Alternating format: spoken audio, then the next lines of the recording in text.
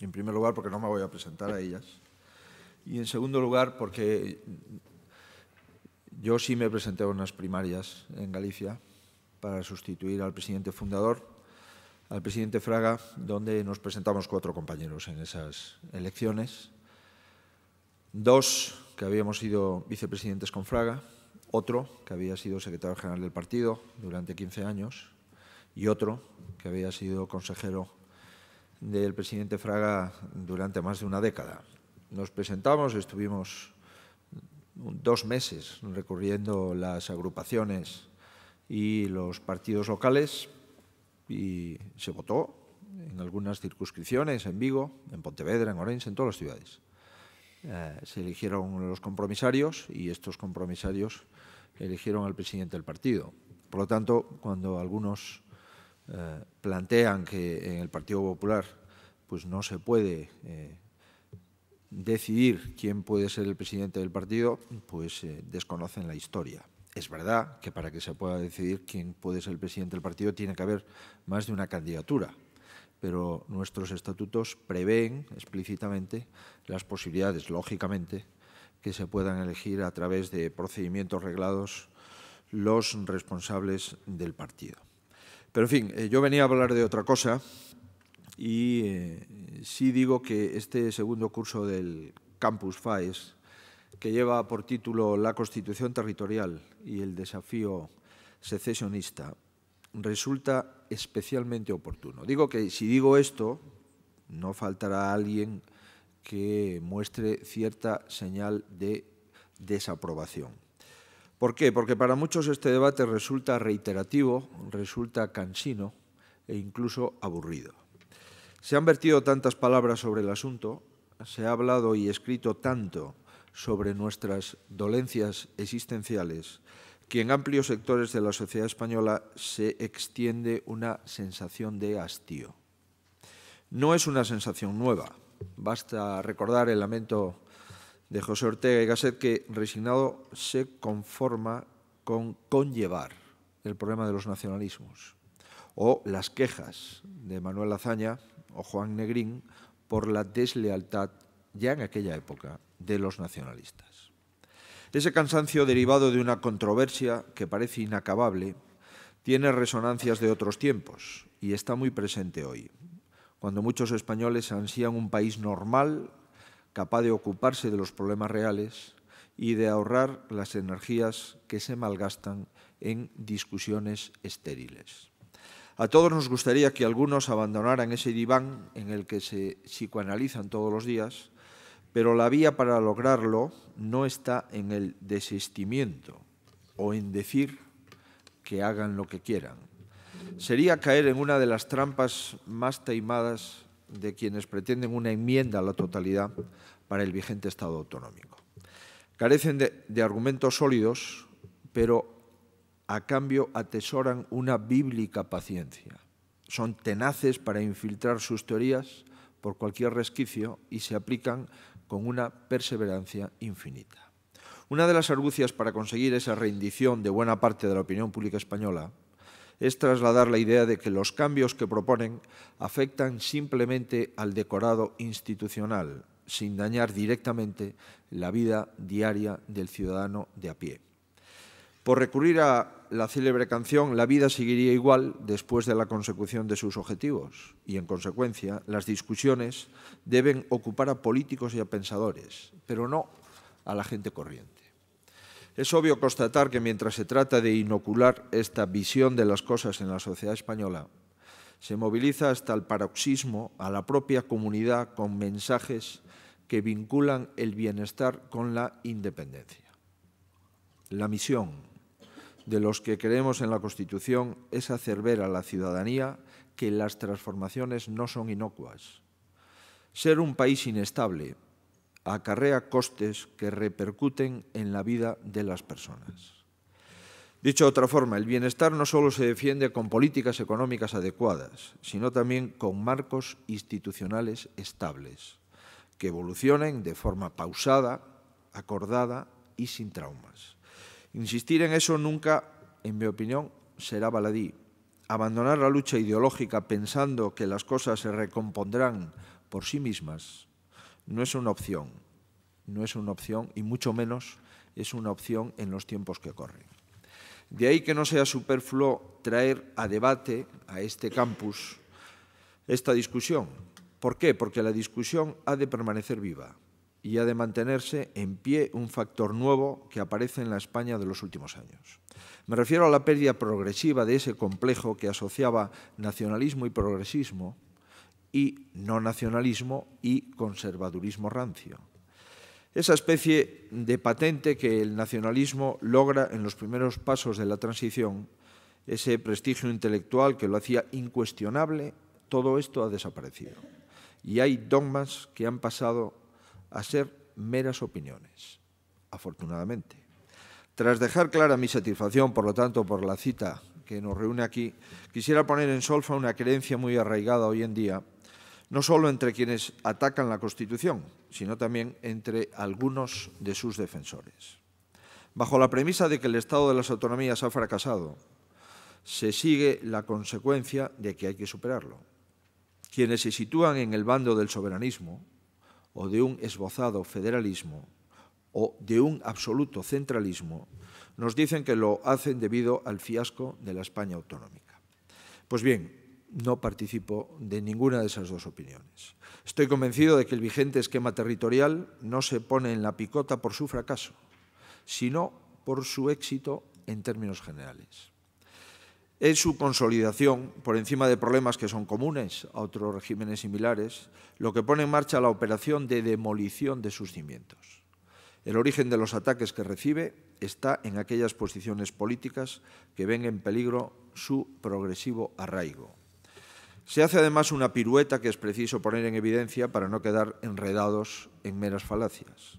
La raíz de las disfunciones del sistema autonómico está en un nacionalismo que no soporta la normalidad ni la solidaridad.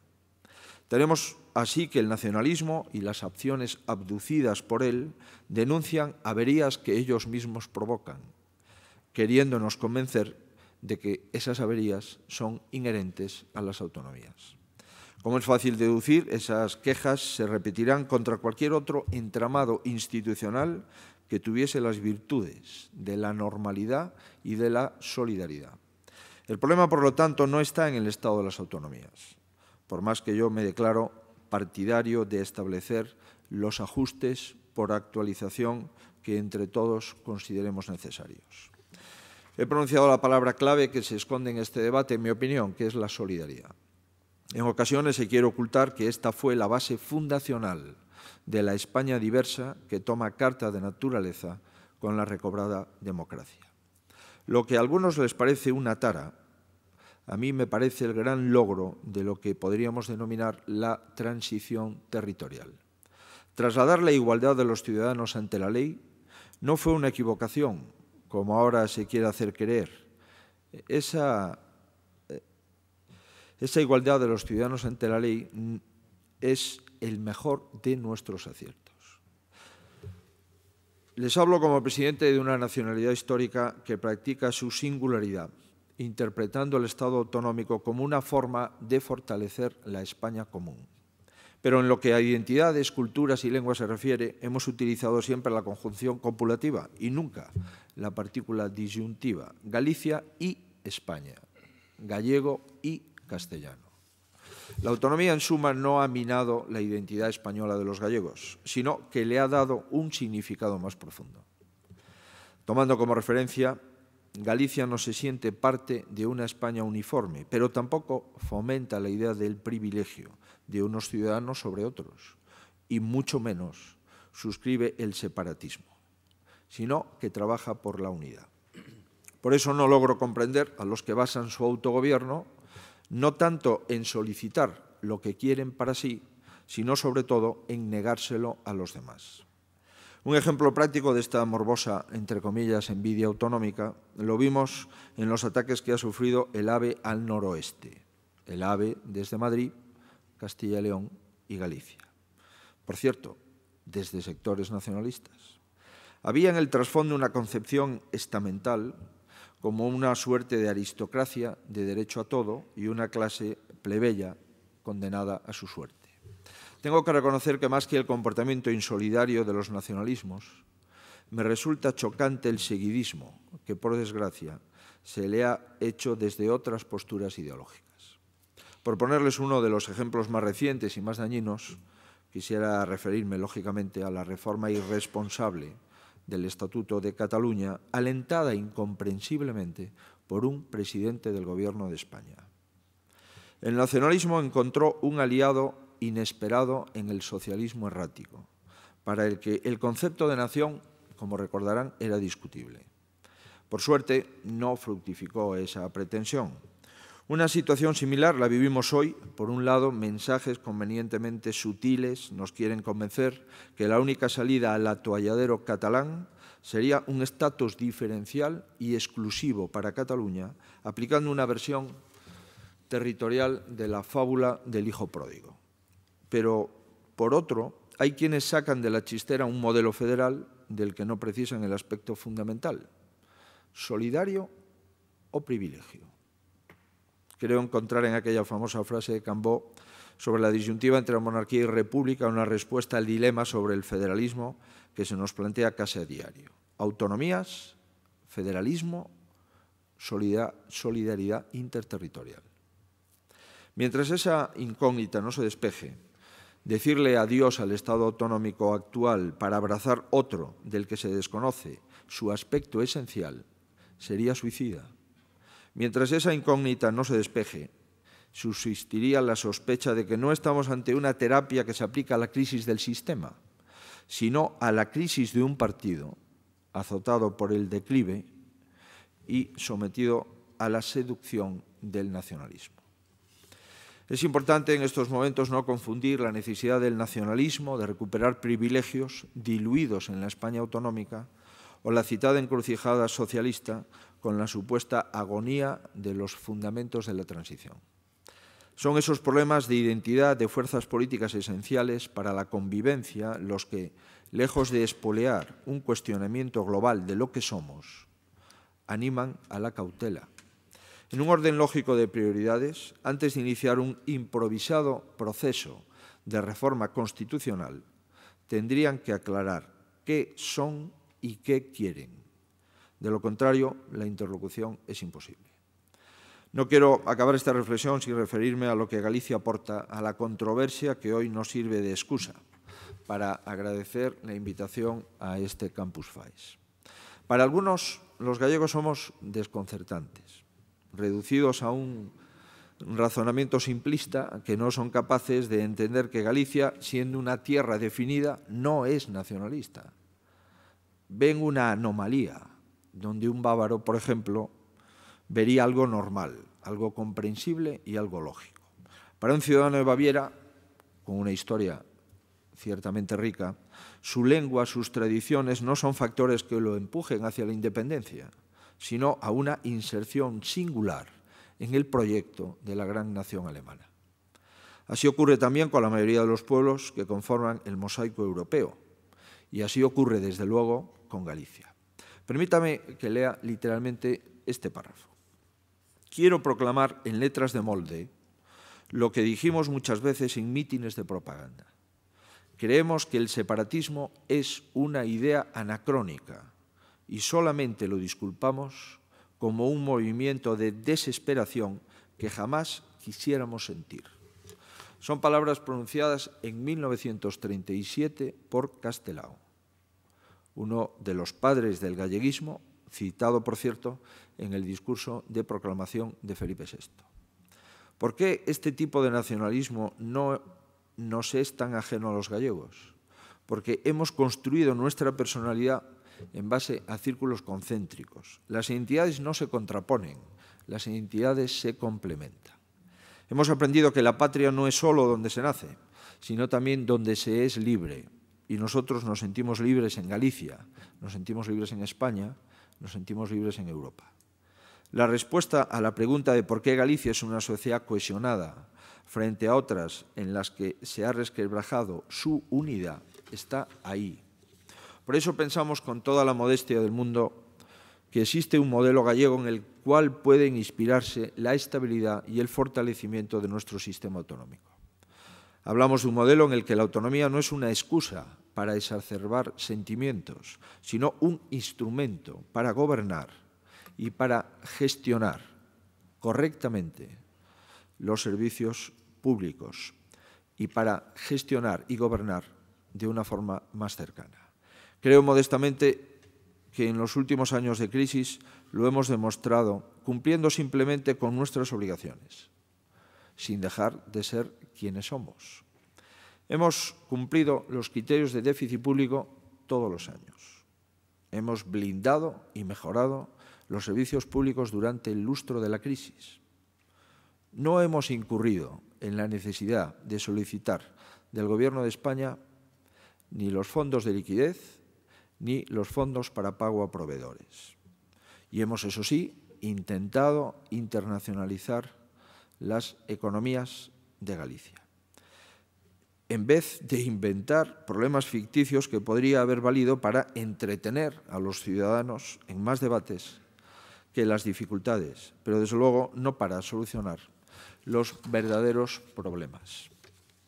Lo he dicho en Cataluña, ocultarse en entelequias es una opción ante un momento de crisis, pero yo les digo convencido que ni garantiza la supervivencia política ni garantiza la mejora de ningún país. Ambas cosas, por cierto, se están evidenciando ya en esa comunidad.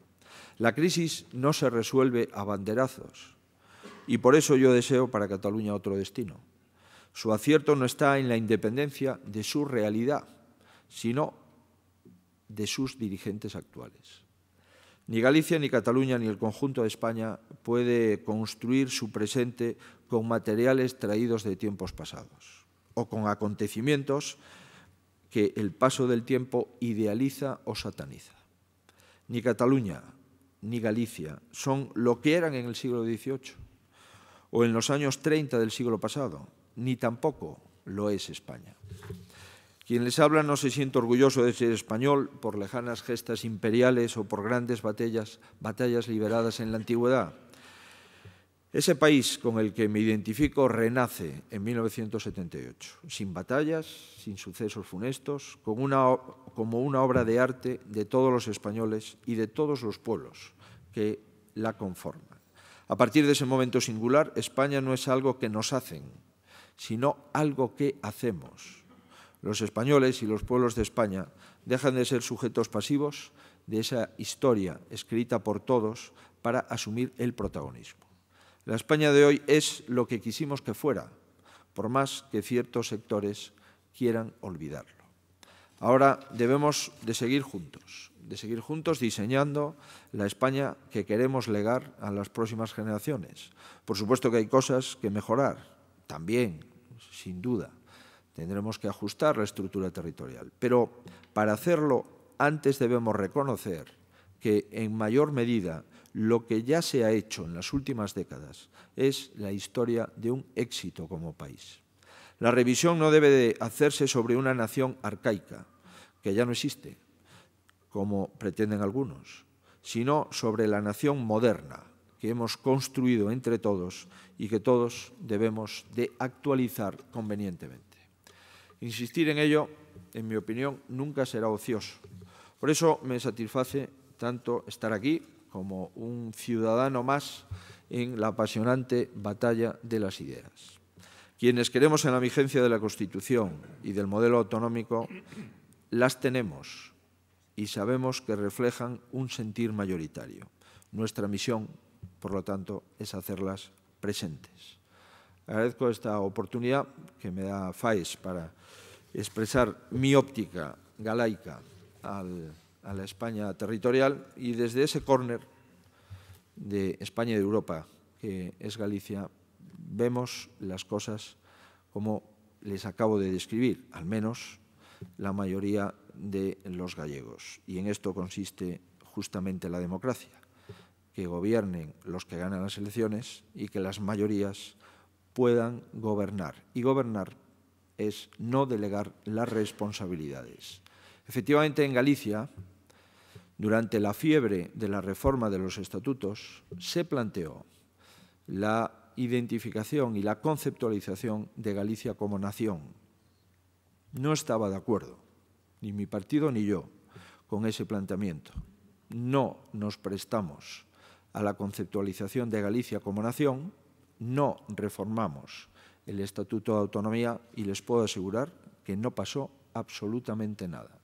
Es más, las únicas dos comunidades que no hemos reformado el Estatuto de Autonomía somos el País Vasco y Galicia. Y como ven, no ha pasado nada. Y son dos nacionalidades históricas, como decía nuestro amigo Zarzalejos. En fin, que agradezco mucho vuestra invitación, le agradezco al presidente Aznar su presencia y le agradezco también los años en los que he podido colaborar, 7, en sus gobiernos, desde el 96 al 2003, año en el que el presidente Fraga me llamó a los territorios galaicos y en los cuales me siento, al menos, con el interés de defender las ideas de mi pueblo desde la unidad de nuestro país. Muchas gracias.